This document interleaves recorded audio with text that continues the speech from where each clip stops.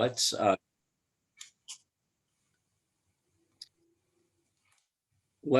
declare the meeting open. Thank you for joining. I think I'll begin by taking a roll of the committee members. So Commissioner Dave Cahill. Here. Commissioner Barbara McKenzie. Here. And Commission Chair Deborah Doyle. Here. Thank you so much for being here. Pursuant to California Government Code Section 54953, all votes during this teleconferenced meeting shall be taken by roll call. Next up, item 3 is public appearances. Do we have any members of the public who, I don't see anyone on the meeting. Lisa, did you get any public comments prior to the meeting? I did not. I will double check. Make sure nothing came in. No public comments. Okay. Well, thank you. So I'm sure you were all stunned to see a very short agenda for this meeting. But this is by design, and we're only going to do two things. First is we're going to review the financial reports for August. But then following up on some discussion we had last time, we're going to look at whether and how we can modify the report format to streamline our work so we can focus our time and energies on other aspects of the library's finances rather than just the financial reporting. So for item 1, I'm going to, first of all, invite Myrna to give any introduction that you would want to share with us before we dive in. Myrna, anything from an overview perspective you would like to point out? And you're on mute.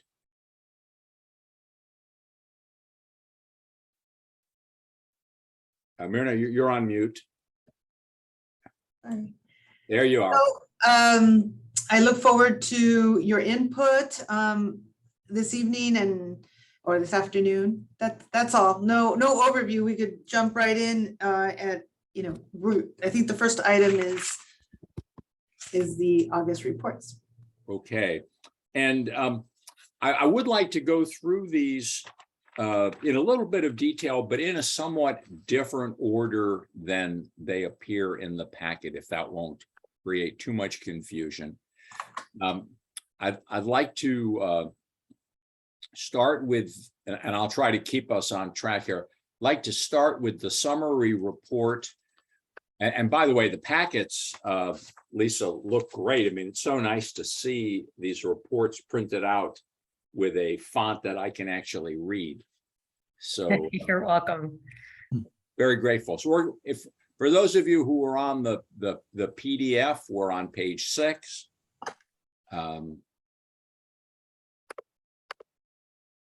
There we go. Okay, a couple of things to keep in mind. Obviously, we have not received any sales tax, any property tax, and won't until December. We have received sales tax, but of course, we're reporting 2 months back. So we're not yet showing sales tax for July and August, but we now do have the complete sales tax reporting through the end of fiscal year 2022. We're 2 months into the year, so in general, we would be looking at around 16% of budgeted items if they were on a straight line basis. So with that in mind, I have some questions and comments, but I think I'd like to open it up to the committee first. Do you have any questions on this report for Myrna or for Erica?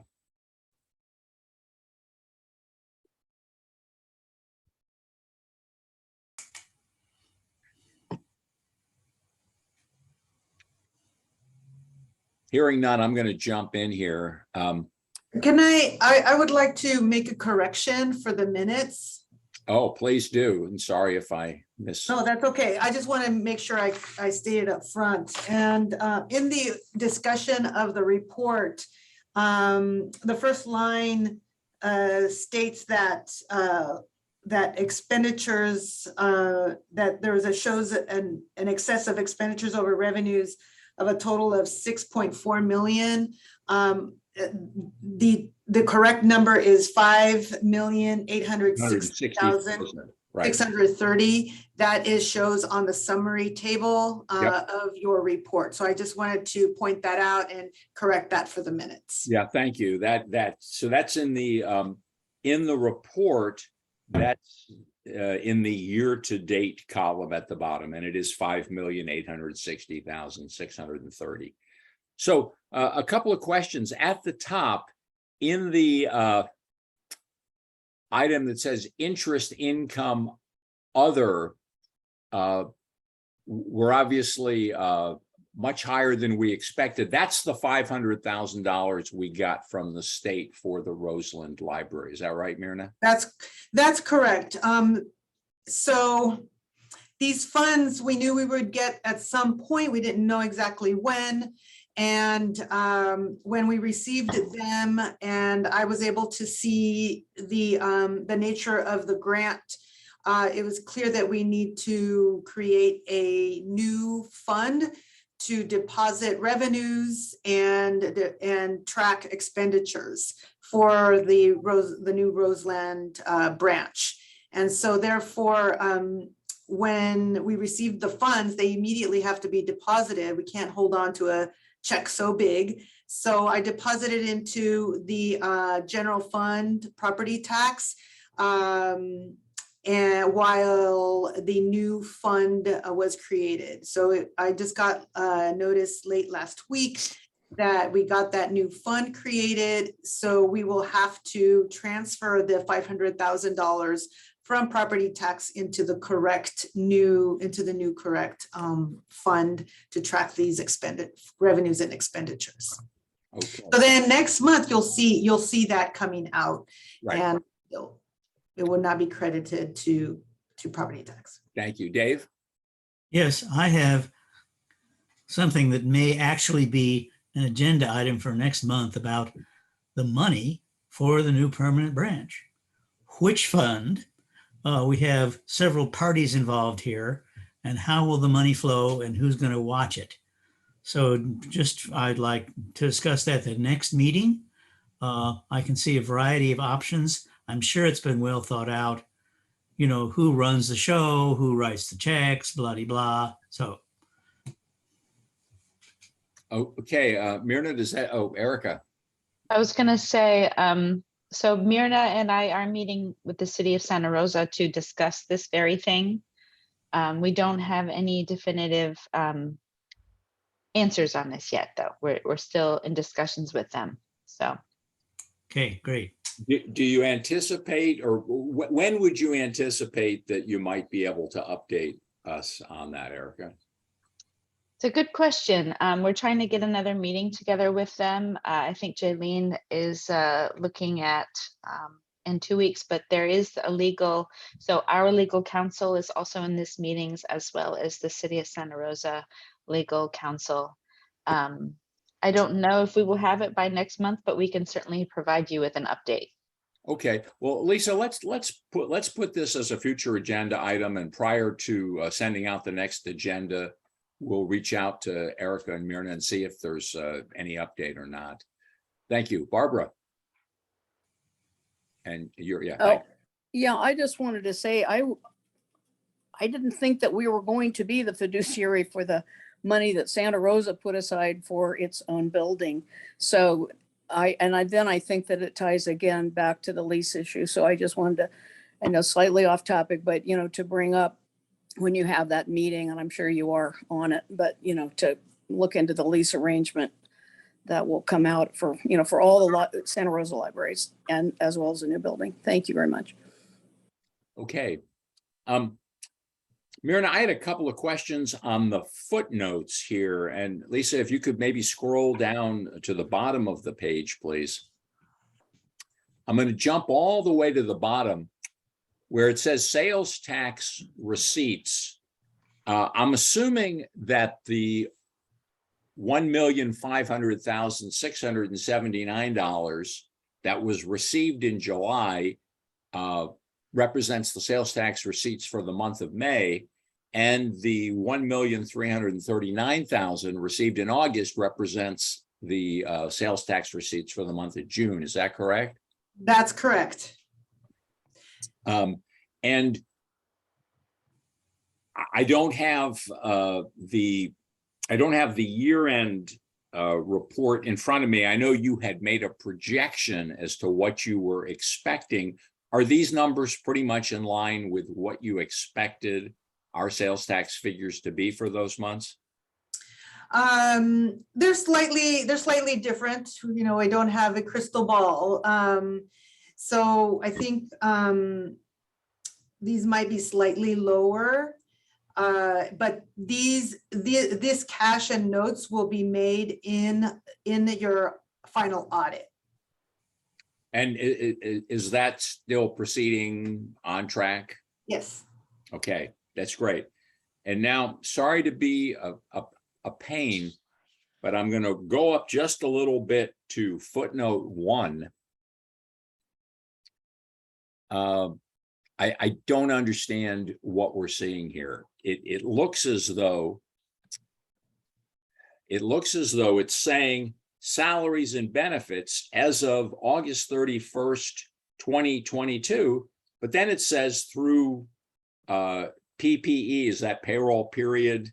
Ending, pay period ending 8/13. So it's not really through 8/31, right? It's really through 8/13. Correct, because some pay periods will straddle 2 months.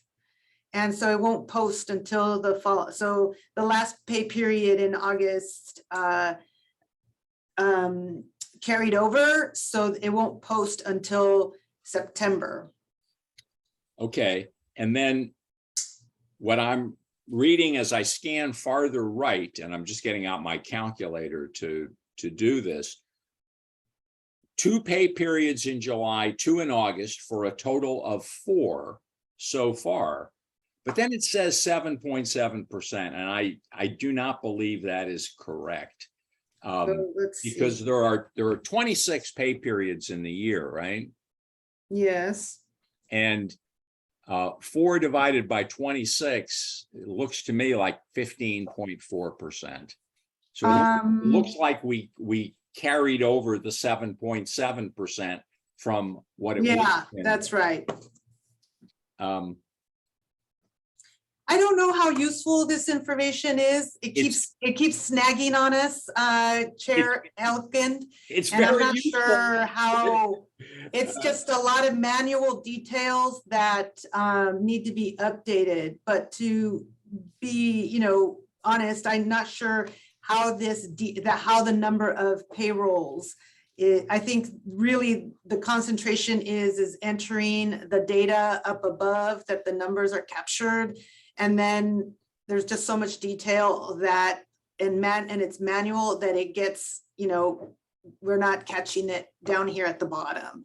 And I know you are repeating, you know, you do review this, and I just apologize. I keep also reviewing it with staff and reminding them, but it keeps snagging on us. So I don't know if this really is salient information in terms of the number of pay periods. I think it's more of a tracking for us internally, but you know, I apologize for that error. Well, I'll defer to other members of the committee. Yeah, I'll tell you why it feels important to me, because of that fact that there's 2 pay periods in some months and 3 in others. I like to look at percentages and say, how are we doing relative to where we are in the year? And so this is a small point, but if I were to look up above at expenditures, salaries and benefits, it says budget percent year to date 15.9%. And I know that if I'm just doing a straight line basis for the year, I would say, okay, let's see, there's 12 months in a year.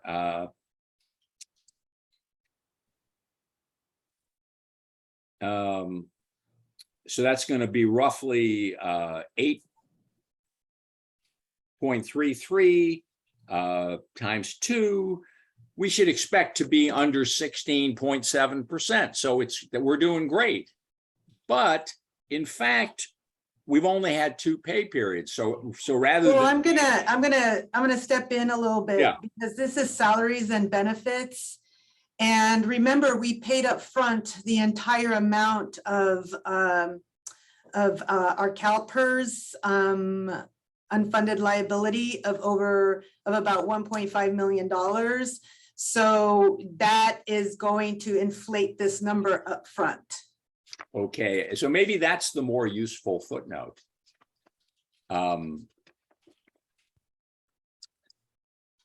Anything else from anybody on this summary report? I guess a question for you, Myrna. And I realize we're only 2 months into the year, but I'm looking at rents, leases, books, media subscriptions, and other contract services are all running significantly above 16%. Barbara, I see your hand. My question is, having reviewed the expenses and considering those things that are front-loaded rather than straight line, are you seeing anything that is concerning to you in any of these areas? No, not at this time. If we look at, for example, books and media, we know that we're picking, first of all, that we're picking up the costs that roll over from books and subscriptions that were purchased at the end of the year that are rolling over. And the commission has adopted a budget adjustment at the beginning of September, so that has not rolled in yet. So that you're going to see an adjusted budget as well. On the other contracts and services, many of those are subscriptions that are paid up front in the beginning of the year. And with rents and leases, I'll have to look into that figure again on where we are with that figure. I think we just did pay the Forestville or the Occidental lease, and I think we paid for the whole year. Is that? Oh, that's right. Thank you, Erica. So with the Occidental, the commission approved in retro from July, and we had not made payments until the commission approved that. So that might have been a couple of months, but that could be. I'm not saying that that's the reason. But I'll look further into the rents and leases. Okay, that would be great. And as a general comment, that's the kind of information that if you could put it in a little summary in advance, it just wards off any questions from us. It's like, yeah, the rents were $50,000 higher than usual for the month of August because we paid for the whole year for Occidental, for example. That makes a great deal of sense. Barbara? Yeah, basically, I was going to say pretty much what you just said, Andy. Back to the payrolls on there. The reason that line never used to be on there until we had a problem, either a couple of payrolls weren't posted or something. A couple, Right. when we were kind of in the dark ages there with our CFO period, and so that was kind of to try to show that we were on track. I don't think it's something that you would normally see in financial reports like this. I don't think it's necessary. And I agree wholeheartly with the point of footnotes, which is to explain stuff so we don't have to keep asking questions about it.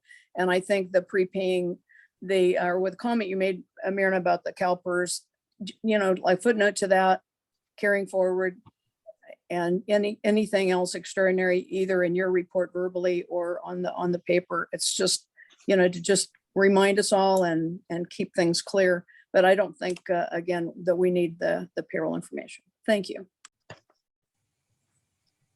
Okay, anything else on this report? Let me just leap in and say it looks good, frankly. Okay, well, thank you. So if it won't bother you to skip around, I'd like to look at the detail reports for property and sales tax expenses and then come back and look at the fund balances afterwards. So I'm in the packet on page 13 is the first page of the property tax budget to actual.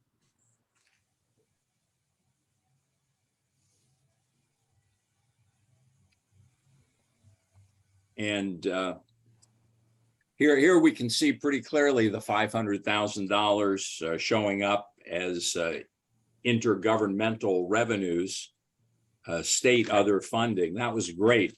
But I only had a couple of questions. My first is on the next page at the very top, Lisa.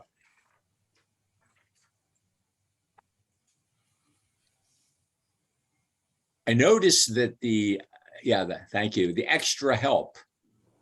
We're 2 months into the year, and if you could scroll over to the right, we've already spent 44% of our budget for extra help. And my first thought was, well, gee, maybe we've been charging some things to property tax that are actually going to get spread out onto sales tax. But Lisa, if you could go down a couple more pages to the Measure Y sales tax report. Yeah, it's after that one. Yeah, here we go. Toward the top of that, line 50702. Yeah, it's here. If we can, yeah. We're actually on the sales tax report, we're at 54%. So it looks like we have spent, close to half of our budget for the year in the first 2 months. Erica, Myrna, can you tell us what's happening with extra help? Well, I can tell you that the extra help budget is in the public services division, and all the extra help for the library is charged to that. So communications extra help, HR extra help, and it's not actually the budget that was prepared was designed specifically just for public services. So that's an issue that Myrna and I are going to have to work out. The other divisions did not put that in their budgets. That is correct. So what has happened is that traditionally extra help has been in the budget for under public services, and where human resources and marketing has advocated for assistance due to in some cases needing to fill vacancies. They've hired extra help, and extra help in the budget is even they're being, it's reflected overall in the overall budget. They are charged, extra help is being charged under HR and also under marketing, but they're not budgeted. They do have savings overall because they may have a vacancy, so they're still within their budget. It's just that our budget line item we didn't budget for other divisions to have extra help. So that's something that we could look at mid-year and definitely into the next fiscal year if this is going to be continued as a practice. Yeah, so typically you might take, if we have salary savings because we have a vacancy, we might, take some of that money from salary savings and put that towards extra help. So it kind of all comes out in the wash, but the way we do it in the line item is is I think it makes it look like we're spending more than we actually are. Does that make sense? Yeah, it makes total sense. I'm not, well, it makes sense in that I believe I understand that. I'm not sure it's a great practice, because it seems like if I were a manager of one of these groups, and I was using extra help, it's not actually getting charged against my budget. It's getting charged against public service. No, it is, no, so let me go back a little bit. Any department that has their salaries, whether it's regular salaries or extra help, is being charged to the correct division that is using that extra help.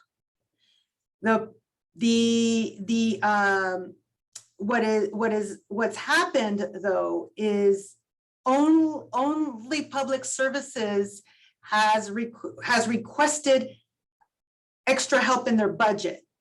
And so therefore that is what has been budgeted. It only reflects what public services requested. So here we are in the, now a couple of months into the new year, after the budget has been developed and adopted, and there's been long-term vacancies, for example, in HR, or a need for some extra help during a challenging time, and they hired someone to bridge the gap as extra help. And so that did not make it into the extra help line item, but it's being charged to extra help, and that's what's showing there. But that extra help under HR is being charged to HR.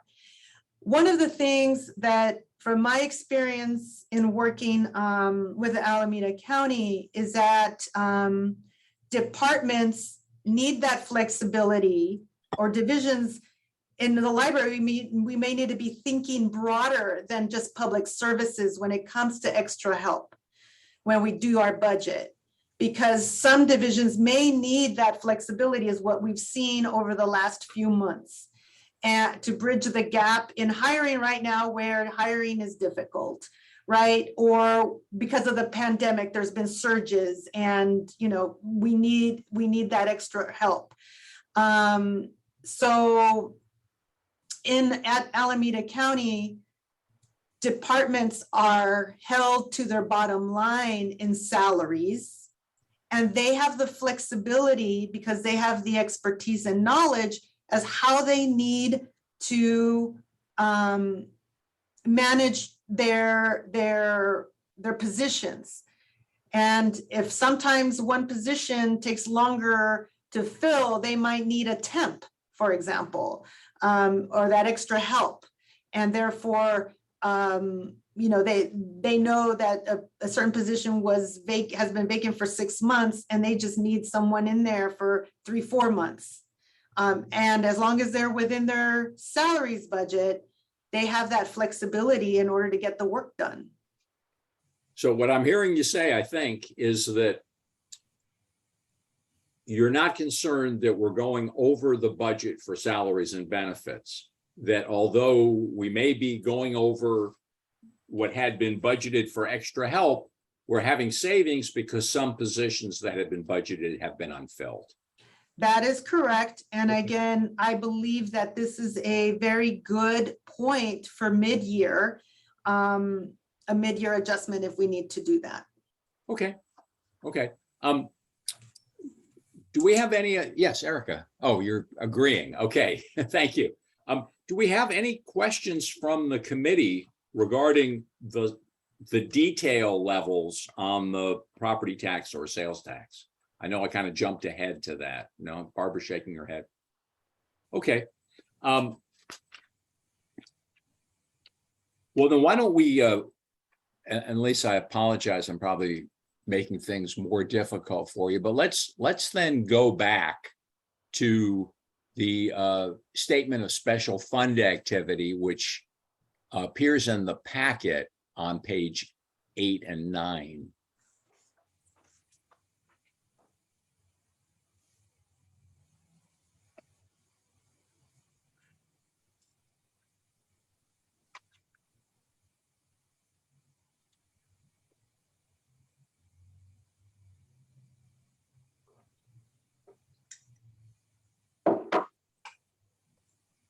Yeah, I think we're on page 13.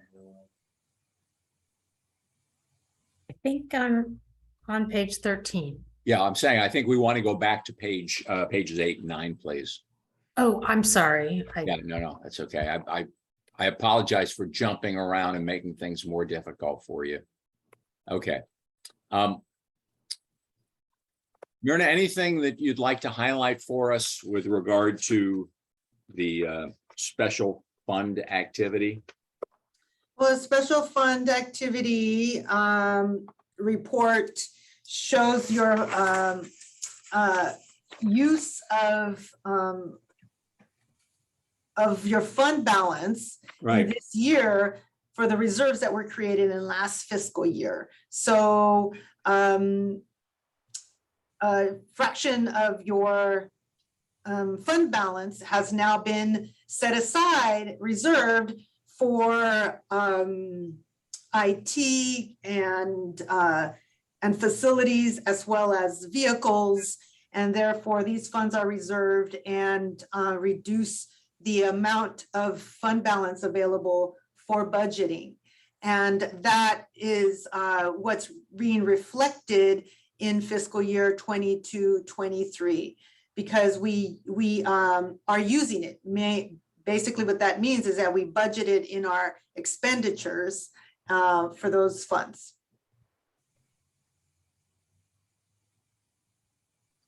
So I'm looking at kind of 4 key figures. The first on the page that we're on, the ending fund balance available for budgeting, the 6.5 million. And then at the bottom of the page, the undesignated, unreserved ending fund balance from the previous year.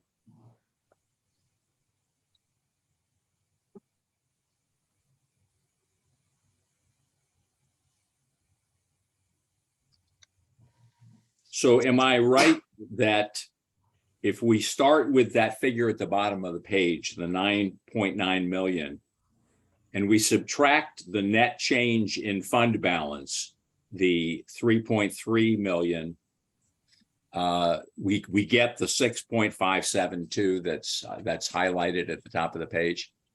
Unreserved ending fund. Yeah. No, just Lisa, bring it, scroll down. Yeah, right there. Yeah. It looked like that's what is going on here. That the 3,347,000 plus the 6,572,000 should equal the 9 million, 9.9 million.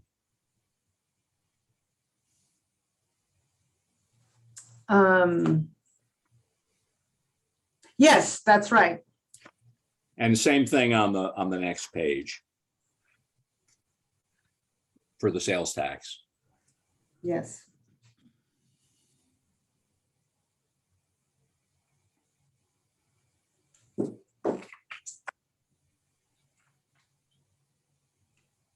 Okay, perfect. Good. Any questions on this, Barbara? I know that you are paying close attention to our fund balances. How are you feeling? I love having them in the positive direction. Of course, my comments really have to do with the future reports going forward. I hope that we are going to continue to have this report because I think it's very important. Okay. Thank you. Okay, good. All right, I'm going to move us ahead then, Lisa, please, to page 10. These were the voucher payments over $50,000. I noticed that PG&E was on here, I think, for the first time. Is that a reflection on the additional costs associated with having day after day of 100+ degree temperatures?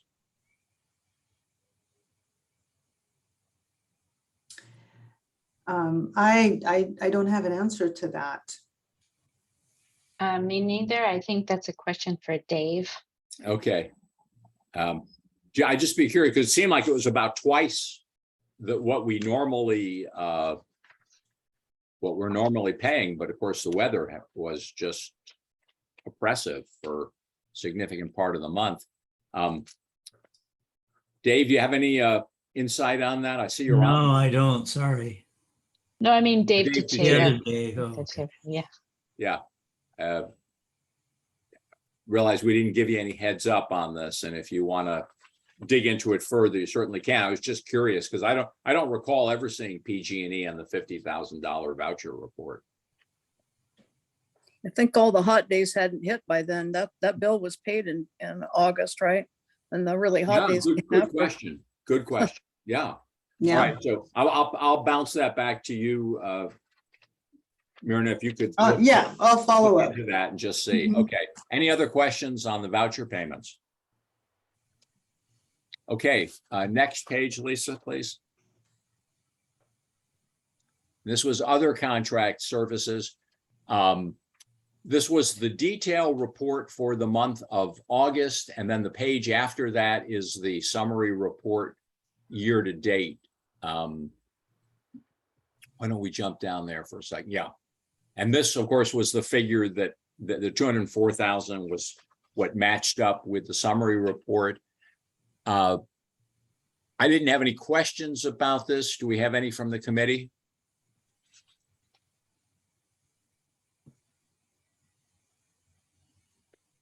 Okay. Well then, Lisa, let's skip over the detail reports for property tax and sales tax. I think we're jumping 5 pages ahead. So we're gifts and donations. Yep.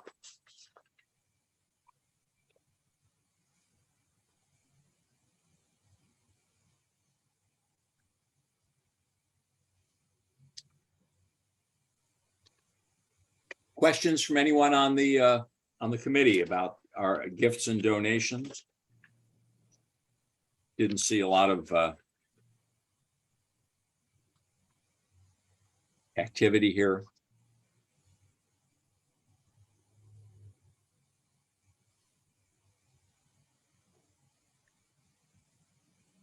Okay.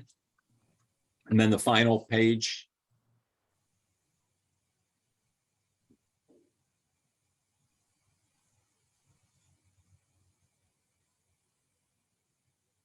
Well, Myrna, I have to hand it to you. You have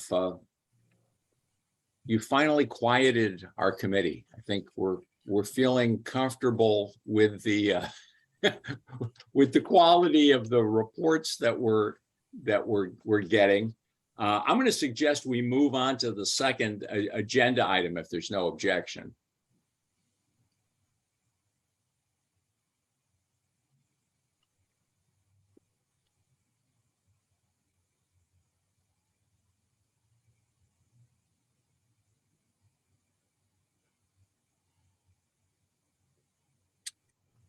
We had talked previously about maybe it's time that we take a step back and consider what information do we really want to see and how often do we want to see it. And Myrna has taken the initiative to make a suggestion here. And Myrna, why don't you walk us through that and let's see how the committee's feeling.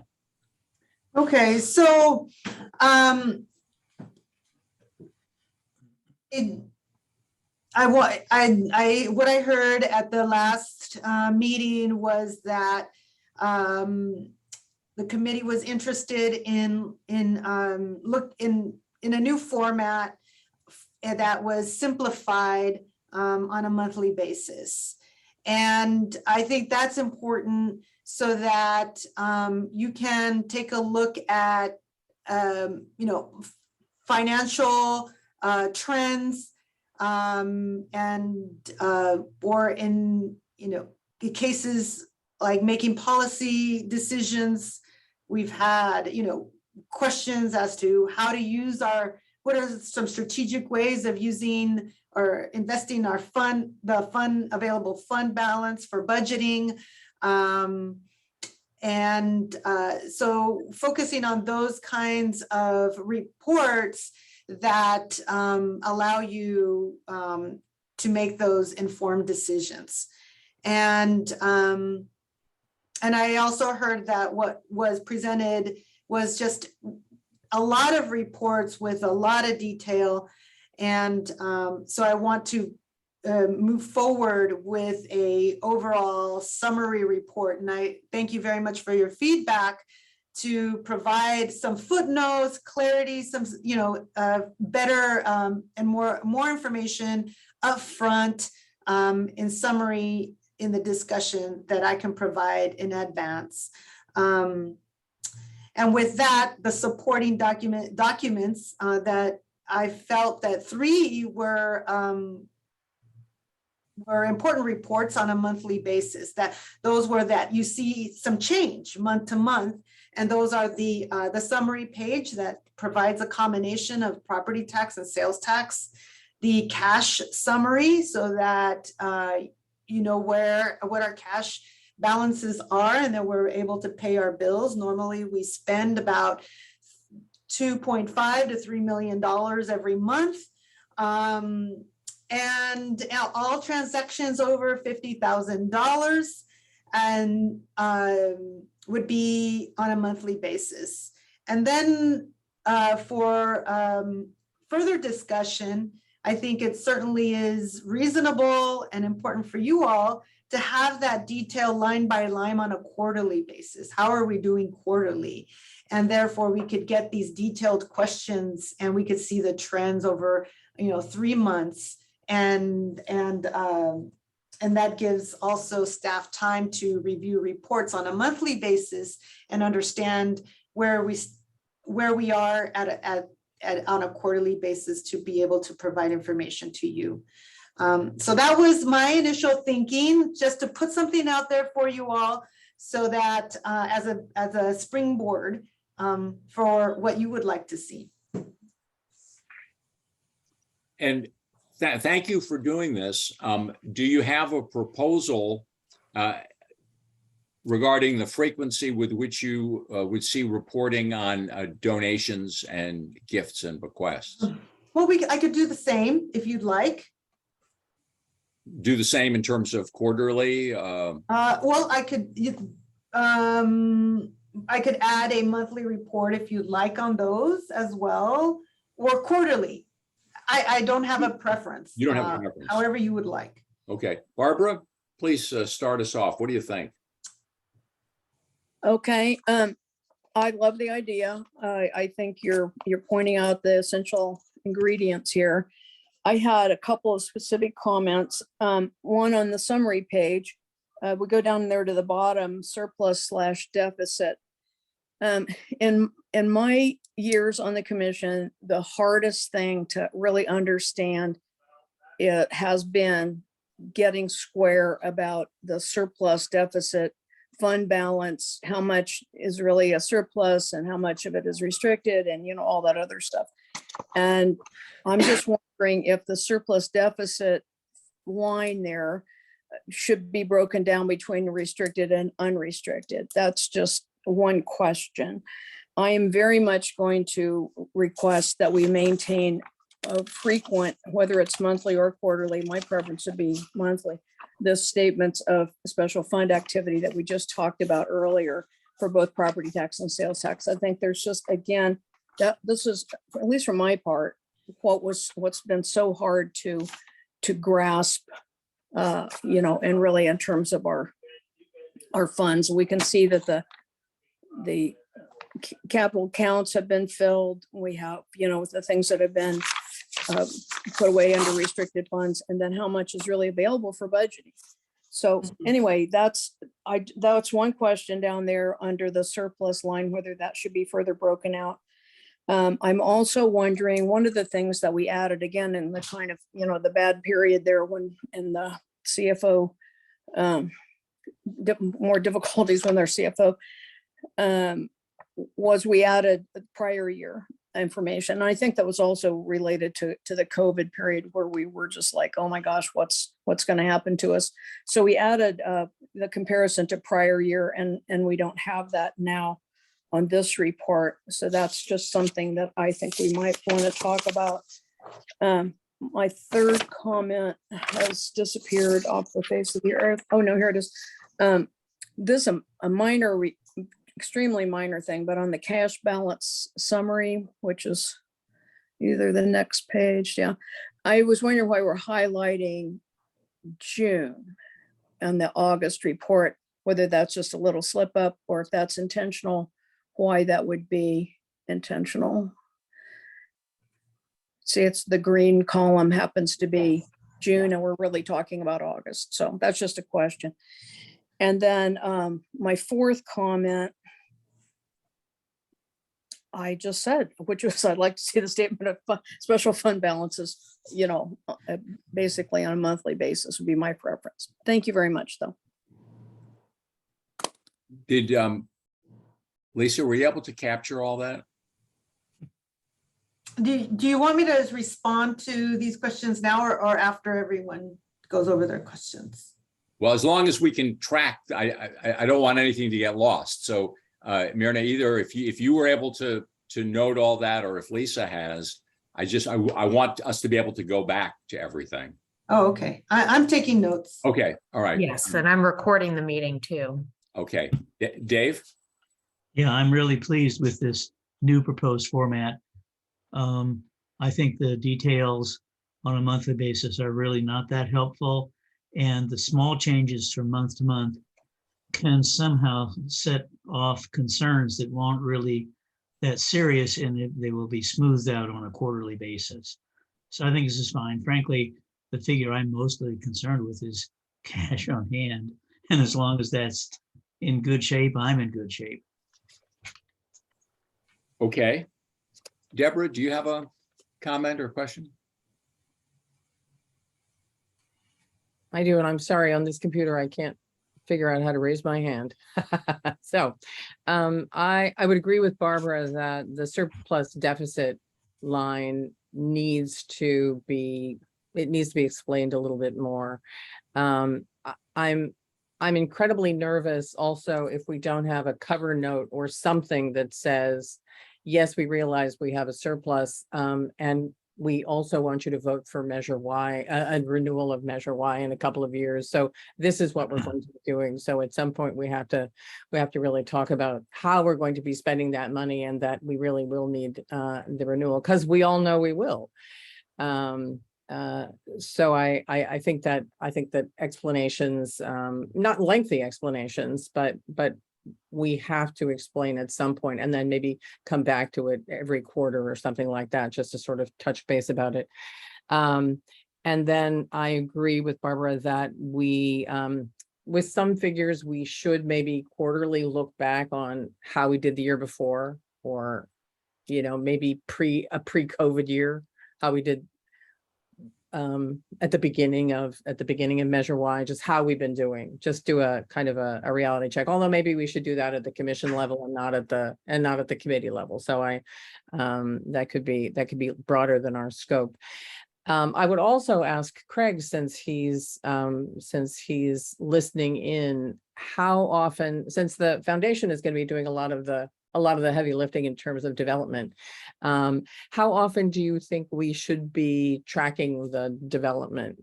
Would quarterly probably do well enough? And I hate to put you on the spot, but no. This is a relevant topic. We're going to give the foundation monthly reports of how it's doing. Mhm. I mean, we're going to give the foundation monthly reports, so we can use those reports any way you want. okay.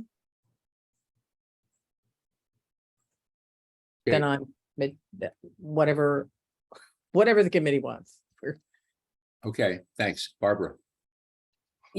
Point of clarification, who is going to have the money? We're talking about the foundation fundraising. Is the library going to be the fiduciary for the foundation fundraising funds? I do not believe so. The foundation will give us the funds when we request it.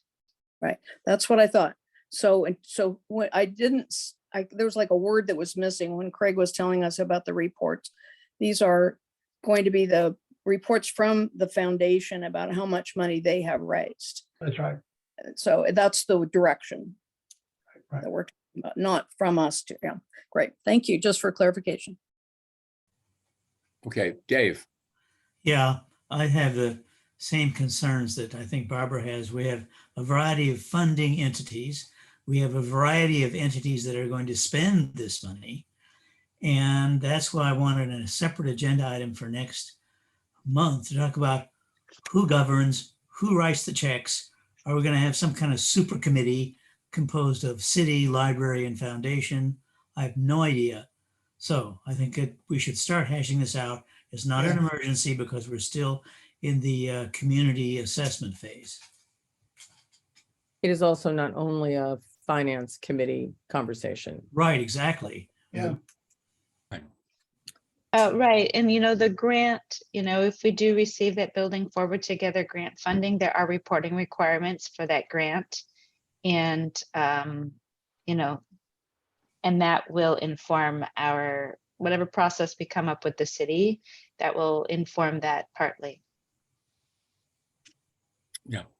Okay, but this is something that we can certainly look at going forward in the finance committee, even though it's ultimately going to go to the full commission. So I'm going to come back to what we have as our proposal here. And Lisa, could you scroll up a couple of pages to the proposed summary? That's it. Yeah. So I heard what Barbara had to say, and Myrna, I've got a request for you. I think what I'm hearing from the committee is that for the most part, we seem comfortable with not looking at the detail reports on a monthly basis. And it seems like looking at those quarterly would be fine. But to do that, I think we're going to have to do a couple of additional things on the summary report, which is clearly going to become more important.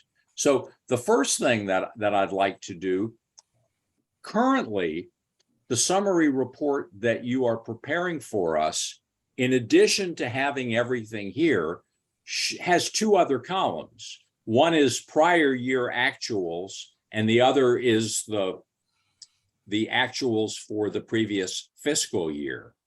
I find those two columns helpful, and so I'd like to, in fact, Lisa, let me tell you which page in the packet that it is. So what is happening, I think, in the summary, it is how the year ended, how the prior year ended. So it's not the month to month comparison, it's a year, like how did the year end last year? That's what that column is. Lisa, could you go to page 6, please? In the Actuals. Oh, and a month to month. Yes, they have one month to month. So we have two columns there, and I would just like to see those included going forward. I think that provides additional context, which is helpful.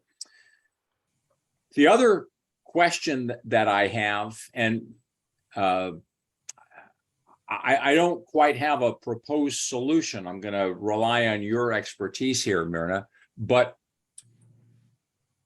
that bottom line figure, the surplus or deficit, in this case, a deficit, that deficit is being funded by drawing down on specific fund balances, is it not? Yes, and I would like to go into a little bit of a discussion on what that is, what that deficit is, so that hopefully we have a common understanding of what it is. I wanted, since it's been brought up a couple of times. So when the budget was adopted and presented, it shows a surplus and a deficit. So when revenues are, this is just your budget. When you see this, it's your budget. It's, and So it's when revenues minus the expenditures. And it's when you have a deficit, it is showing how you dip into the fund balance. So the way I presented it in the budget is impact on the fund balance. So in this case, in the green column is our budget, and it shows that we are when the budget was adopted, we're using $9.1 million of fund balance. Right. For the current budget to meet our $48.8 million of expenditures. That's what this is. When it comes to that activity, the statement of activity, which is our fund balance overall, it uses the expenditure line, what we budgeted. About the top, we could see that statement, and it doesn't change, should not change month to month. It only changes when the commission adopts a budget adjustment. So when our revenues, when the commission increases revenues, or when we get a grant, for example, or when the commission, or when you rebudget it from prior year to this year, you'll see expenditures go up. That is when the statement of activity changes. Otherwise, it doesn't change. But it's a good idea to have it month to month in the event that there are changes to revenues and expenditures by the commission. You'll see those in that report. So that's it's a different notion. So as long as the budgeted revenue and expenditures that were adopted do not change, your available balance for budgeting will not change. Right. But there's no challenge in providing that report to us on a monthly basis. No, not at all. No change. So here's what I think. Would you be okay keeping the summary page in the current format where it has those two additional columns for prior year to date and prior year total?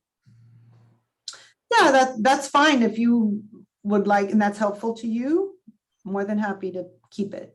Okay, because if you do that, what I think I'm hearing is we're all okay with the summary page.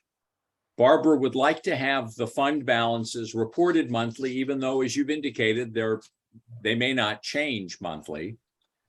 The cash summary balance, Dave's, feels that's important to see. The transactions over $50,000, and everything else, I think we're agreeing could be done quarterly. Am I hearing consensus on that?